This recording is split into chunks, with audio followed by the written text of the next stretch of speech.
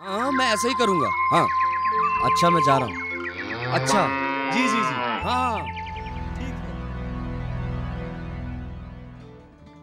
है। जी जी जी। किससे बात कर रहे थे इतना हंस हंस कर? किसान कॉल सेंटर, विशेषज्ञ से खेती के बारे में सलाह ले रहा था। सुबह भी रात को भी? किसान कॉल सेंटर सुबह 6 बजे से रात को 10 बजे तक खुलता है। रविवार को भी? हाँ भाई, साल के 365 दिन खुलता है। और इतना फोन का बिल कौन भरेगा? अरे किसान कॉल सेंटर की सेवा मुफ्त है। पर तुम ये सब क्यों पूछ रही हो? मैं तो कुछ और ही समझी थी।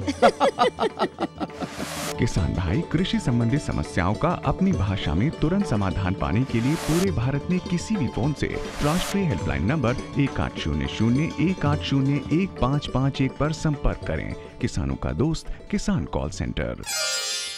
हर जोखिम से निकल कर फसल आए, सुरक्षित हो जाए। फसल बीमा से हर किसान अब आत्मनिर्भर हो जाए। अब सूखा पड़े या बाढ़ आ जाए, कोई डर नहीं। अब ओले पड़े या कीट पतंगे फसल खा जाए, कोई फिक्र नहीं। अब कैसी भी आपदा हमारी फसल पे आ जाए, क्षति होने पर हमारे दावों का उचित भुगतान मिलता है, क्योंकि हमने लिया है प्रधानमंत्री फसल बीमा। बुआई से फसल कटाई तक हर जोखिम का दावा, न्यूनतम प्रीमियम पर अधिकतम भुगतान का वादा। योजना से हर साल जुड़ रहे हैं 5 करोड़ से ज्यादा किसान। अब आपकी है बारी। नजदीकी कृषि कार्यालय, सहकारी समिति, बैंक शाखा, अधिकृत बीमा कंपनी या जन सेवा केंद्र में स्वेच्छा से करा सकते हैं पंजीकरण। फसल बीमा पोर्टल या फसल बीमा ऐप द्वारा भी किया जा सकता है पंजीकरण। प्रधानमंत्री फसल बीमा योजना, आपकी फसलों का संपूर्ण सुरक्षा कवच। कृषि एवं किसान कल्याण मंत्रालय, भारत सरकार।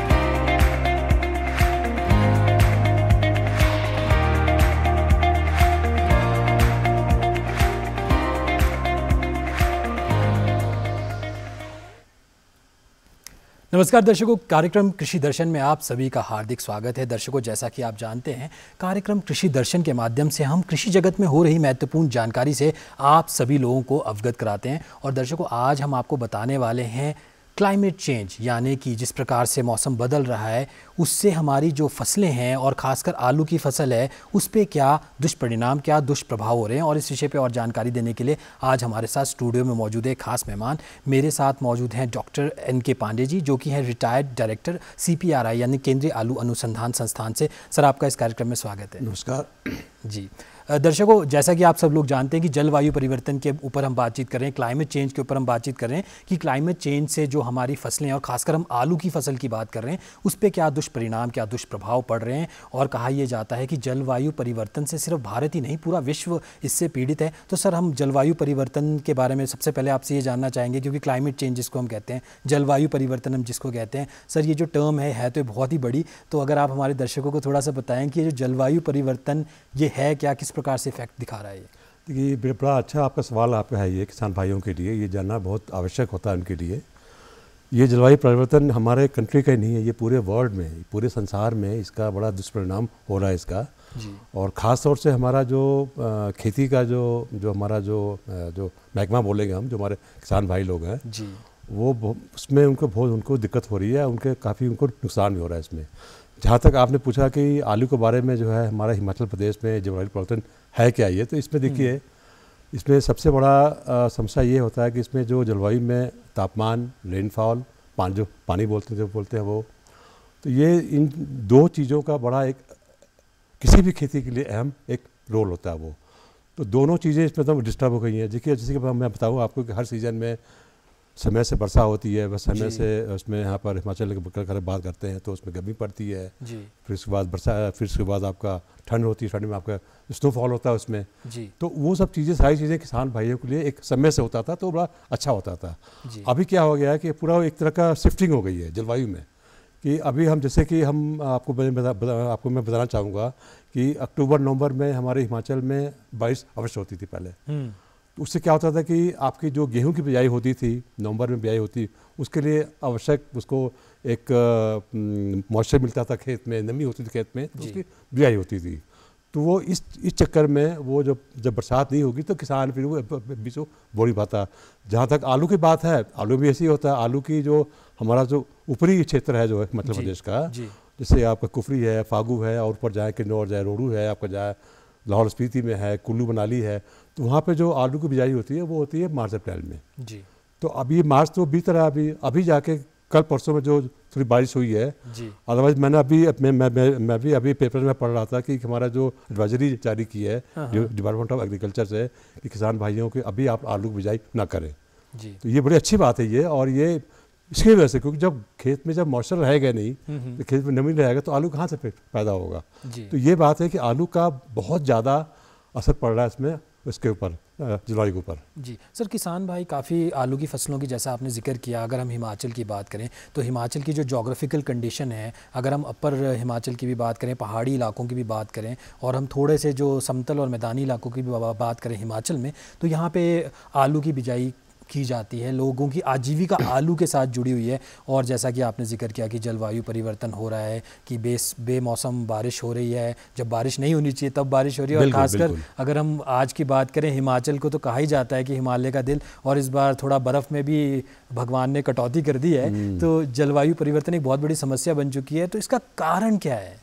देखिए इसका तो ये तो बहुत बड़ा मुद्दा एक है, कारण तो इसके बहुत बड़े कारण हैं जो हमारे आजकल शहर में क्या, गांव में जो मकान बन रहे हैं, जो हमारे पेड़ जो कट रहे हैं, इतनी सारी इंडस्ट्रीज जो खोले जा रहे हैं, वो उसके जो फ्लेम निकलता है, फॉग निकलता है, उसके वजह से ये मोस्टली वजह है कि जो डिफॉरेस्टेशन हमारा हो रहा है कंट्री में, जो कि पेड़ काटे जा रहे हैं, जो धुआंधुन पेड़ काटे जा रहे हैं, इसका यही मेन है कि इसका आपको, क्योंकि पेड़ से ही तो आदमी को जनजीवन होता है ये जी बिल्कुल। तो जब आदमी खराब होगा तो खेती में तो उस पर तो असर पड़ेगा उस पर ना ये जी। तो इसीलिए से पूरा ही क्लाइमेट चेंज हो रहा है। वो बेसमय बरसात, बेसमय बर्फ़, बेसमय गर्मी पड़ रही है वो जी। तो इसका फ़र्क पड़ता है इसमें जी। सर जैसा कि आपने जिक्र किया कि बेमौसम कुछ भी चीज़ होती है तो कहीं ना कहीं वो एक इम्पैक्ट देती है, कहीं ना कहीं वो एक दुष्परिणाम भी देती है। बिल्कुल, बिल्कुल। तो सर जलवायु परिवर्तन के ऊपर हम बातचीत कर रहे हैं कि जलवायु परिवर्तन से क्या दुष्परिणाम होते हैं। तो सर जलवायु परिवर्तन से जो हमारे किसान भाई, खासकर अगर हम हिमाचल की बात करें,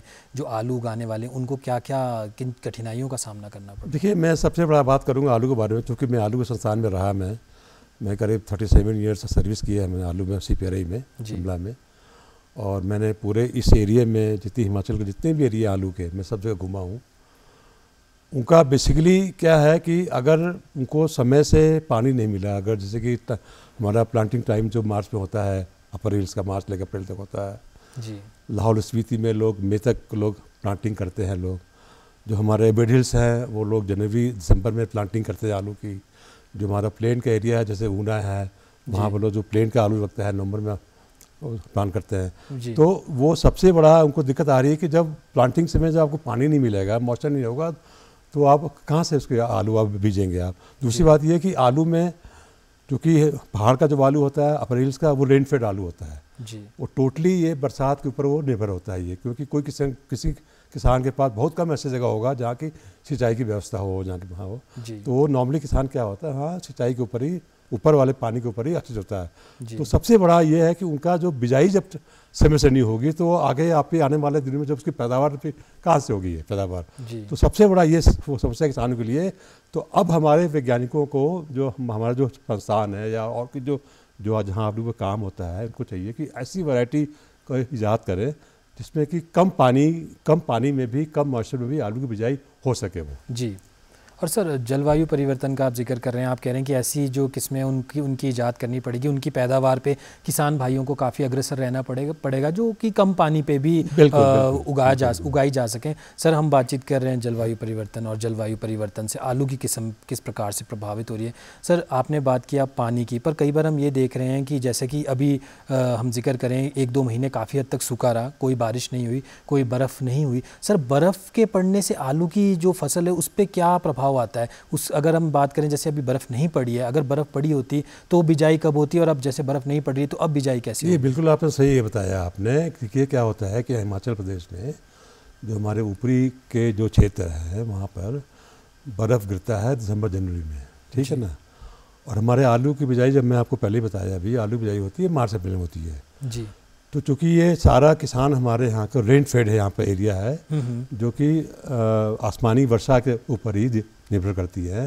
तो जब बर्फ़ गिरता है दिसंबर जनवरी में तो उसका जो वो मार्च अप्रैल तक बर्फ़ की जो नमी होती है वो खेत में रहती है वो जी। तो अगर बर्फ़ नहीं गिरेगा, बरसात भी नहीं होगी तो फिर किसान कहाँ से पानी, उसको कहाँ से पानी आएगा, कहाँ से फिर बीज बोएगा। तो इसलिए बहुत ज़रूरी है यहाँ पर, क्योंकि वो जो बर्फ़ होता है उसकी बर्फ़ नहीं बहुत दिन तक रहती है ये जी। इवन आलू ही नहीं, आपकी जो सब्जियां होती हैं, जो आपको जो सीरियल क्रॉप्स होते हैं, जो मैंने बताया अभी आपको, जो हमारी कनक जो बीजे आती है, आगे आने वाले में आपका जो अप्रैल में जब आपकी जनवरी में जब आपकी तौलिया लोग बनाते हैं, किसान बनाते हैं, तो उससे मॉइस्चर बहुत ज़रूरी होता है। और बर्फ़ के गिरने से ही उनमें उनका जो क्रॉप होता है, फसल होता है अप्रैल का, वो बढ़िया होता है वो जी। सर, क्लाइमेट चेंज की वजह से जो बिजाई का जो समय है वो काफ़ी हद तक बदल रहा है, जैसा कि आप बता रहे हैं। तो क्या कोई ऐसी फसलें भी आप हमारे किसान भाई को बताना चाहेंगे, खासकर आलू की जो पहाड़ी क्षेत्रों में लगाई जाती हैं, जो हमें लगानी चाहिए? क्योंकि जिस प्रकार से हम देख रहे हैं कि मौसम काफ़ी बदल रहा है और जो चाहे हम वर्षा की बात करें उसका भी कोई समय नियत नहीं है, कभी भी बर्फ़ पड़ जाती, कभी बारिश पड़ जाती, कभी नहीं भी पड़ती। तो कोई ऐसी जो फसलें जो कि इस प्रकार से मौसम की चीज़ों को सह सके? देखिए ऐसा है कि ऐसा अभी कोई फसल तो हमको दिखता नहीं है हिमाचल के, जो हमारा जो ऊपरी क्षेत्र है कि यहाँ बिना पानी के कोई फसल हो। ये ज़रूर है कि कुछ हमारे जो वो सीरियल क्रॉप होते हैं, जैसे हमारे चना होता है, जो आपको पता होगा कि चने में पानी की कम आवश्यक पड़ती है। इवन आपका पीस मटर में भी बहुत ज़्यादा पानी इसको किसान लोग देते नहीं है जी। और जहाँ तक आलू की बात है, आलू में कोई ऐसी कोई वैरायटी नहीं अभी हमारी मतलब याद हुई है कि जो बहुत बिना पानी के वो आलू पैदा हो सके जी। तो कुछ हमारे वैज्ञानिकों ने कुछ आलू का वैरायटी जो निकाली है, जैसे कुफरी करना वैरायटी है और ये अभी जो हमारी अभी शायद किसानों को शायद बीज उसका मिल नहीं पाया है, क्योंकि अभी हमारे शोध वर्क में ही है। आलू तो हमारी वैरायटी रिलीज हो गई है जी। तो वो वैरायटी ऐसी है कि जो शायद हमको लगता है कि थोड़ा बहुत अगर गर्मी भी होगी तो उसमें आलू का बिजाई हो सकती है, उसमें आलू की अच्छी फसल पैदावार हो सकती है वो जी। बाकी जो दूसरे हमारे फसल है, देखिए हर फसल में पानी की आवश्यकता होती है वो, बिल्कुल। जहाँ तक हम अपने स्टेट की बात करते हैं, यहाँ की बात करते हैं। बाकी जो प्लेन्स के जो बहुत सारे क्रॉप ऐसे हैं, जैसे आपका जैसे हमारे जो मोटे अनाज बोलते हैं जी, बाजरा है, ज्वार है, वो सब चीज़ें, उसमें जो कम पानी में भी वो पैदा हो सकता है। और हमको लगता है कि हिमाचल में भी कुछ ऐसे एरिया हैं जहाँ की ये ऐसे फसल लोग लगाते हैं लोग जी। सर, जब हम आलू की बात करते हैं, अक्सर जो दर्शक देख रहे हैं वो भी इस चीज़ को एग्री करते होंगे कि जब भी आप मार्केट में जाते हैं आलू लेने के लिए तो अक्सर डिमांड में रहता है पहाड़ी आलू, और कहा यह जाता है कि पहाड़ी आलू की जो प्राइस होती है वो भी महंगी होती है। तो ये पहाड़ी आलू और जो देसी आलू है, प्लेन इलाकों का आलू, इसमें ऐसा क्या फ़र्क है? हाँ, देखिए मैं बताऊँगा आपको क्या होता है कि जो प्लेन्स के मैदानी भागों का जो आलू पैदा होता है वो आलू निकलता है फरवरी मार्च में, ठीक है ना। तो फरवरी मार्च में क्या होता है कि फिर उसके बाद प्लेन्स में गर्मी पड़ने शुरू हो जाती है, टेम्परेचर हाई हो जाता है, क्योंकि आपको पता है कि आलू में 80% पानी होता है उसमें जी। तो उसको कोल्ड स्टोरेज करते हैं लोग। तो कोल्ड स्टोरेज में 2 to 4 डिग्री पर उसको स्टोर करते हैं आलू को। तो वही आलू जो 2 महीने बाद वो कोल्ड स्टोरेज में ड्यू टू लो टेम्परेचर आलू का खाने में मीठा हो जाता है वो जी। तो उसके लोग पसंद नहीं करते। हिमाचल का जो आलू होता है, पहाड़ी एरिया का जो आलू होता है वो आता है आपका जून जुलाई में आलू होता है। जो हमारे जो मध्यम क्षेत्र हैं उनका जो आलू आता है तो फ्रेश आलू होता है वो आलू जब मार्केट में आता है, जैसे आपका दिल्ली में आया, इवन प्लेन्स में आया, बंगाल में आ जाता है, यूपी में जाता है, तो वो आलू पहाड़ी नाम पे आलू वो बिकता है वहाँ पर। और चूँकि आलू फ्रेश होता है, नॉर्मल टेम्परेचर का आलू होता है वो, तो वो आलू खाने में उनको अच्छा लगता है उनको। और चूँकि थोड़ा सा पहाड़ी आलू थोड़ा सा कुछ क्लाइमेटिक फैक्टर भी है हमारे यहाँ, कुछ सवाल के फैक्टर भी है, क्योंकि यहाँ के मिट्टी में ज़्यादा ऑर्गेनिक मैटर भी होता है, कार्बनिक जो पदार्थ बोलते हैं हम लोग वो होता है। चूँकि यहाँ पर लोग फर्टिलाइजर के भी लोग कम डालते हैं, लोग ज़्यादातर लोग ऑर्गेनिक मैटर डालते हैं इसमें, आपका जो गोबर खाद है डालते हैं वो, तो उसका कहीं ना कहीं इम्पैक्ट है वो। जब वो प्लेन में आलू जाएगा तो ज़्यादा प्रीमियम में उसको पैसा मिलता है और लोगों को खाने में अच्छा होता है वो। जी डॉक्टर साहब, मैं ये जानना चाहूँगा, आपने जिक्र किया कि जो क्लाइमेट चेंज है, जो जलवायु परिवर्तन है, कहीं ना कहीं उसका सबसे बड़ा इम्पैक्ट ये है कि जो फसलों में जो पानी नेचुरली जाता था, और ख़ासकर हम पहाड़ी इलाकों की बात करें, हिमाचल की बात करें, तो हम काफ़ी रेनफॉल पे डिपेंडेंट थे। तो क्या कोई इरिगेशन टेक्निक्स का भी हम ईजाद कर सकते हैं जिससे कि कहीं ना कहीं, अब क्लाइमेट चेंज तो एक रियलिटी है, उसे हम चेंज नहीं कर सकते, बट क्या हमें कोई नए इनोवेटिव स्टेप्स जैसे कि इरिगेशन की कोई टेक्निक्स इन्वॉल्व करनी चाहिए जिससे कि हम जो आलू की सफल पैदावार है उसको बढ़ा सकें? बिल्कुल आपने सही बताया। आपने हमारे जो स्टेट डिपार्टमेंट है, जो कृषि विभाग है, और हमारा इवन जो ICR का जो Indian council of agriculture research है, जो दिल्ली में ऑफिस है इनका, और हमारा कई संस्थान ऐसे हैं जो कि आलू वाटरशेड मैनेजमेंट एक बना रहे हैं, जिससे कि हर गांव में कम से कम एक ऐसा वाटरशेड का हो जो पानी को हम इकट्ठा कर सकें जी, और उसको हम पानी को कंजर्व कर सकें, ताकि आने वाले दिनों में जो वहाँ के गांव के लोग हैं, किसान भाई लोग हैं, उनको वहाँ से पानी लोग ले सकें जी। तो ऐसा नहीं है, बहुत सारी स्कीम ऐसे हैं गवर्नमेंट के, और लोग, किसान भाई लोग उसका फ़ायदा भी उठा रहे हैं लोग उसका। और हमको, मैं समझता हूँ कि इस ऐसे प्रोजेक्ट पे गवर्नमेंट द्वारा किसानों को सब्सिडी भी वो दी जा रही है जी, करीब 70-80% है, जो जहाँ तक हमको पता है जी। और फिर ताकि मतलब, क्योंकि पानी बेसिक चीज़ होता है। अब हर फसल के लिए, इवन आदमी के लिए भी है, जो आदमी को अगर अच्छा पानी नहीं मिलेगा तो आदमी फिर बीमार पड़ेगा वो।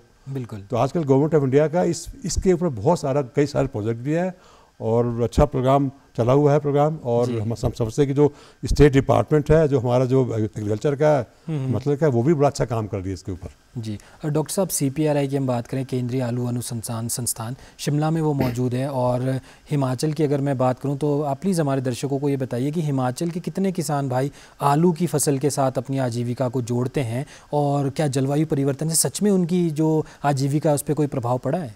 देखिए, ऐसा है कि हमारे हिमाचल के हमारा जो संस्थान है पिछले बहुत सालों से किसानों के लिए काम कर रहा है यहाँ पर, और जहाँ कोई भी डिस्ट्रिक्ट ऐसा नहीं है हिमाचल का, 12 डिस्ट्रिक्ट हैं जैसे आपको पता होगा हिमाचल में है, तो हर डिस्ट्रिक्ट के किसान हमसे वो जुड़े हुए हैं।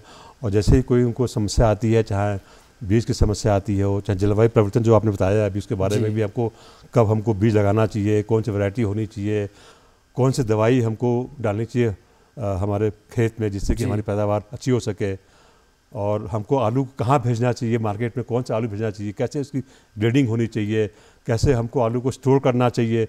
तो हर विधि पे हमारा संस्थान काम कर रहा है, और किसान हमारे थ्रू अपना वो विजिट करते हैं, या हमारा संस्थान जो होता है वो उनके किसानों के खेत में जाकर वहाँ पर प्रोग्राम करते रहते हैं, और जिससे किसान को उससे लाभान्वित हो रहे हैं और उनको फ़ायदा हो रहा है। जी डॉक्टर साहब, जिक्र ये किया जाता है कि सॉइल टेस्टिंग काफ़ी हद तक करनी चाहिए जो किसान भाई हैं, और ख़ासकर अगर हम आलू की फसल की बात करें तो वो तो खैर मिट्टी में ही लगाई जाती है। तो सर, सॉइल पे भी क्या जलवायु परिवर्तन का कोई प्रभाव पड़ा है, और सॉइल टेस्टिंग के लिए क्या आप कुछ हमारे किसान भाई को बताना चाहिए? देखिए, जलवायु परिवर्तन पर सॉइल का तो उतना अफेक्ट नहीं है जितना कि आप, जैसे कि आपको सुनने में आया, मैं पढ़ता रहता हूँ, लेकिन ये ज़रूर है कि सॉइल टेस्टिंग बहुत ज़रूरी है। जी, हर किसान को सॉइल टेस्टिंग इसलिए ज़रूरी है कि किसान को ये नहीं पता होता है कि हमारे खेत में नाइट्रोजन की कमी है, जिंक की कमी है, फास्फेट की कमी है, या फास्फोरस की कमी है, ठीक है ना।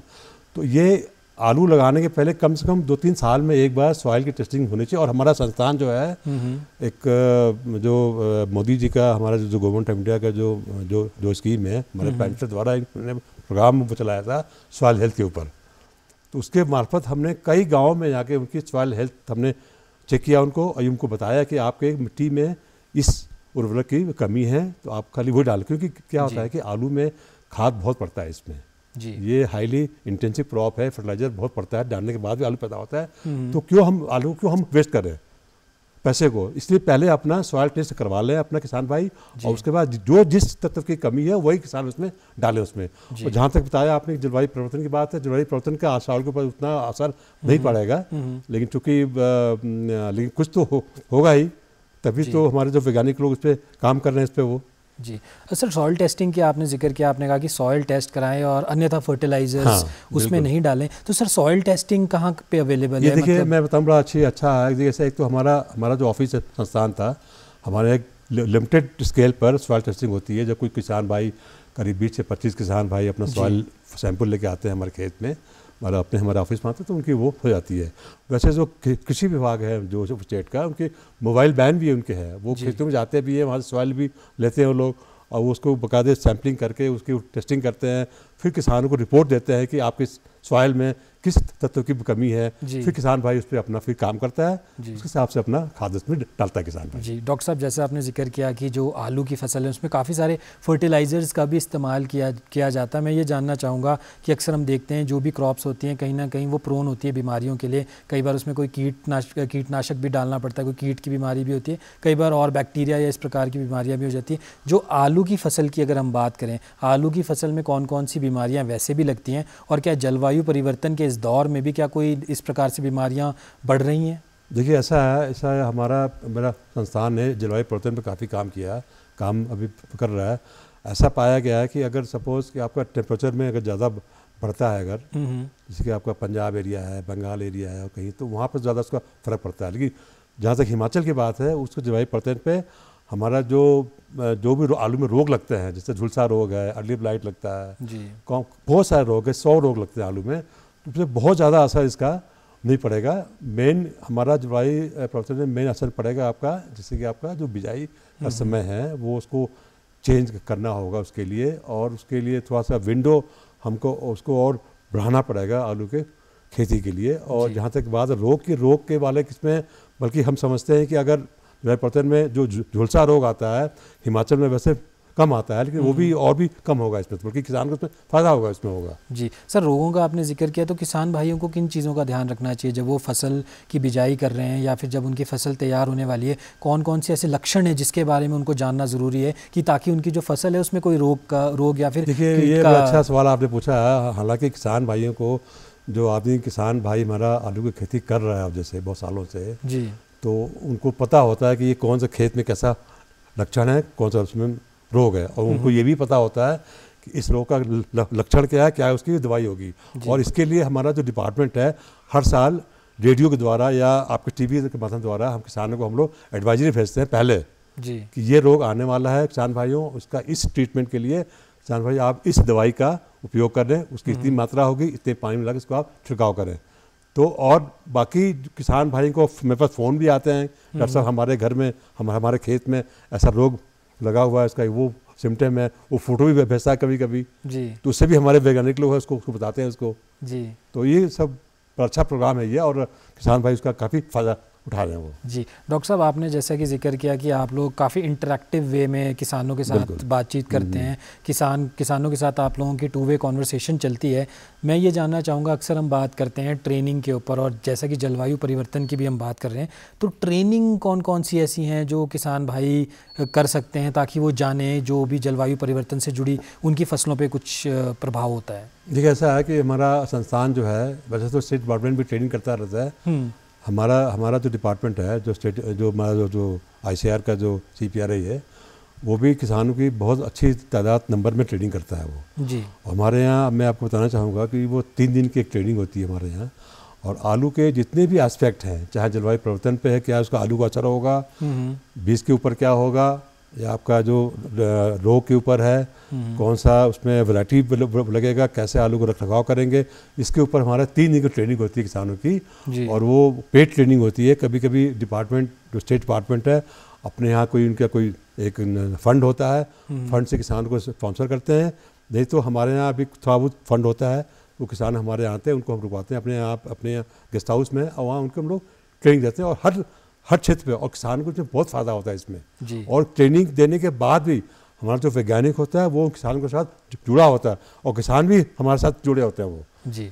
और डॉक्टर साहब, आज की डेट में अगर हम बात करें, जो मॉडर्न ज़माना है उसमें लोग कहते हैं कि ऑर्गेनिक फार्मिंग करनी चाहिए, ऑर्गेनिक चीज़ों का काफ़ी जो चलन है वो बढ़ चुका है, तो क्या ऑर्गेनिक फार्मिंग भी कहीं ना कहीं जो मौसम से जुड़े, जब हम कहते हैं कि जलवायु परिवर्तन हो रहा है, कहीं ना कहीं ऑर्गेनिक फार्मिंग एक स्टेप अहेड हो सकती है? बिल्कुल हमारे यहाँ ऐसा है कि हमारे ऑर्गेनिक फार्मिंग हिमाचल प्रदेश में, वैसे तो ये पूरा हमारे गवर्नमेंट ऑफ इंडिया का स्कीम है ये, हर जगह लोग किसान इस पर, क्योंकि जहर खा रहे हैं लोग जी, आलू में या किसी भी क्रॉप में डाल रहे हैं इसमें वो, तो ये है कि अच्छा चीज़ ऑर्गेनिक फार्मिंग बननी चाहिए जी।